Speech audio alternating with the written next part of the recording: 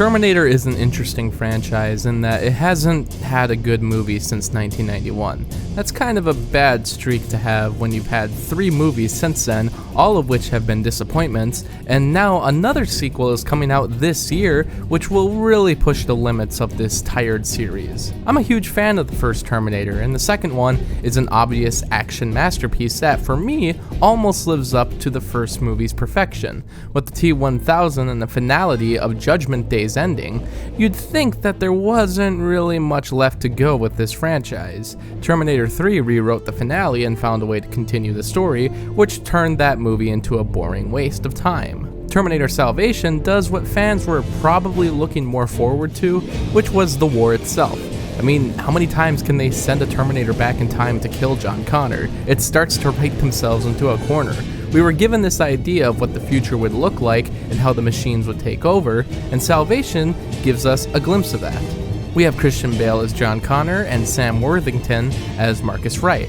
My first opinion about this movie would be to never watch the trailer, since it gave away a huge plot point for the movie, something that I think would have landed much better had they kept it a secret. But spoilers can only be used as a defense for so long. A movie should be good regardless of the surprises. Terminator Salvation has a plot about Judgment Day already happening and the future of humanity working to hide and fight against the machines. These are less advanced machines than what would come later, but they're still managing to harvest thousands of humans for tissue reproduction. Marcus Wright wakes up in an old underground Cyberdyne facility, which may or may not lead to an interesting reveal. John Connor, meanwhile, is having a tough time fighting the war and worrying about his future father, Kyle Reese, who is currently a teenager and was captured by the machines. I guess the plot doesn't really give much in the way of excitement or intrigue. It's a simple story that is meant to showcase the future war, something fans were begging to see. They had something going on with the Marcus character, and if you don't watch the trailer, the plot line can help drive your interest. However, once the big reveal happens, they don't really have much left to do with him. They still have a twist for the end of the movie, but it doesn't really add up to much. Sam Worthington is fine as Marcus Wright, but I almost wonder if he would have been better as John Connor.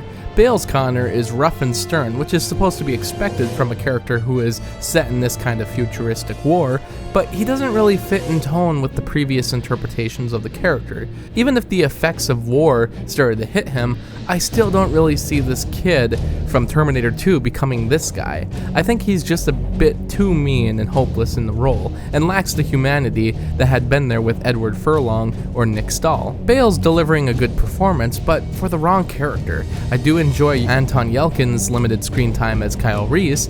He even kind of looks like Michael Biehn at times. It's just a big, dumb future war movie, but a really good looking one at that. Plus, it had really terrific effects that still hold up today. I think people would have been more receptive to it had it been an original production that wasn't attached to Terminator, but with the name, people had expectations. I will say that I enjoy this movie immensely more than the third movie, which I find to be the worst in the franchise. It's also better than the fifth movie, which attempted to reset the timeline in order to do different things with the series, but in the end, I think it just stuck too close to the ideals of the first 2 movies rather than doing anything new.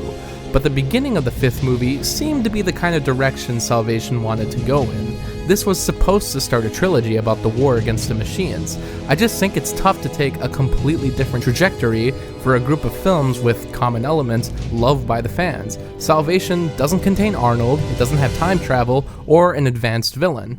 These seem to be the things people expect when seeing these movies, and Salvation is the only one that has really gone a different direction.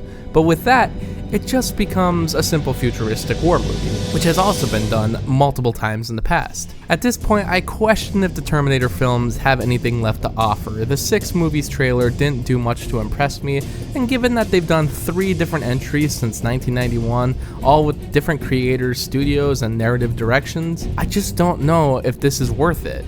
Maybe some ideas are just meant for 2 really good movies, and it's rare to have a sequel that's as good as T2.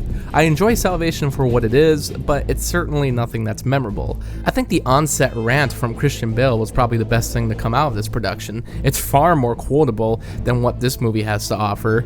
I preferred this direction over the other attempts, but it was just never meant to be. It's a popcorn flick that is meant to be a feast for the eyes, but nothing filling. And if you're seeking out which version to watch, I guess I'd say the director's cut, but it's only 2 little tiny scenes. I guess if you want to see tits and the guy getting stabbed, then give it a watch. It's McG's true vision to have naked women, I suppose.